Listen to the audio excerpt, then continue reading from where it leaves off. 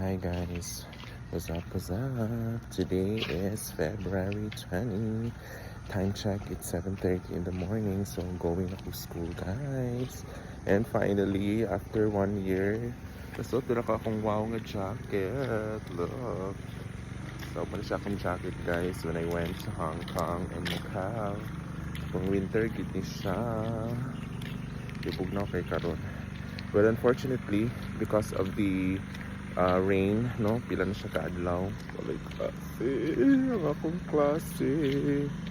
Ay, nako. Anyways, pakita na ko sa inyo ang view early in the morning in my neighborhood. Sana may bukid dira, guys. And, wala siya ang view. Mga langgam ay. Okay siya. Because of the rain, no? Pila na siya kaadlaw. No? At least itan ako sa jeans. No, so if the weather is not good guys, you really have to check your group chat, no, kabasig masalaag jud ka pa sa eskwelahan mo di klase. Just like the last time, no, katong na announcement, then I was not informed. But of course, walay labot ang teachers, no, sa mga suspension of classes. So even if there's no class, mag-duty ka po ng mga teachers. So, going na ko sa school.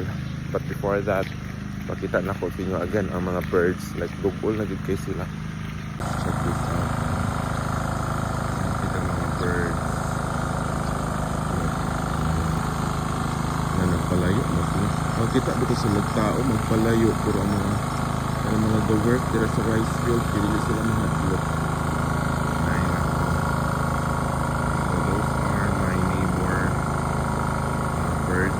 Neighboring birds, and that's the kasalanan puno ng mangga nga daghan kaayo og firefly. So it's already planting season na for rice. So taud na siya walay tanom, like months already. Usually to maximize the use of rice fields, you can plant I think 3 cycles in a year. Murag overused pa kaya ang yuta ana. So to make it not so overused, gatanom sila twice a year lang.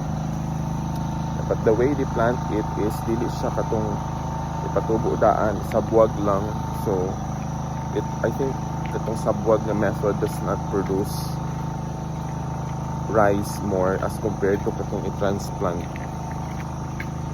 Okay. So yan na to guys, kung nabay na sa laag ng estudyante, because accordingly nanay uban mga estudyante nga nakahawa na silang house before nag-announce ang maramag. So far tao dito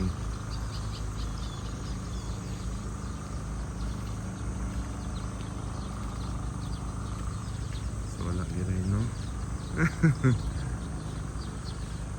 Remember na ko itong walay klase ba? Hindi ko kita natanong sa GC. So pag-abot na ko diri, na-shock na lang kung gina-double check din ako kay basig weekend siya.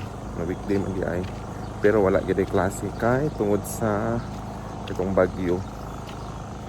So karon walay klase, walay tropical storm, but what is it? ITCZ or something, local thunderstorm na yata sa. So yeah. Okay, so I'm here na sa school guys, and wala gitao. Impas ganing na maligyaan o basig nakaluto na sila. So marag-mara to siya guys. Then Friday pag yun, no? That would be all. Goodbye.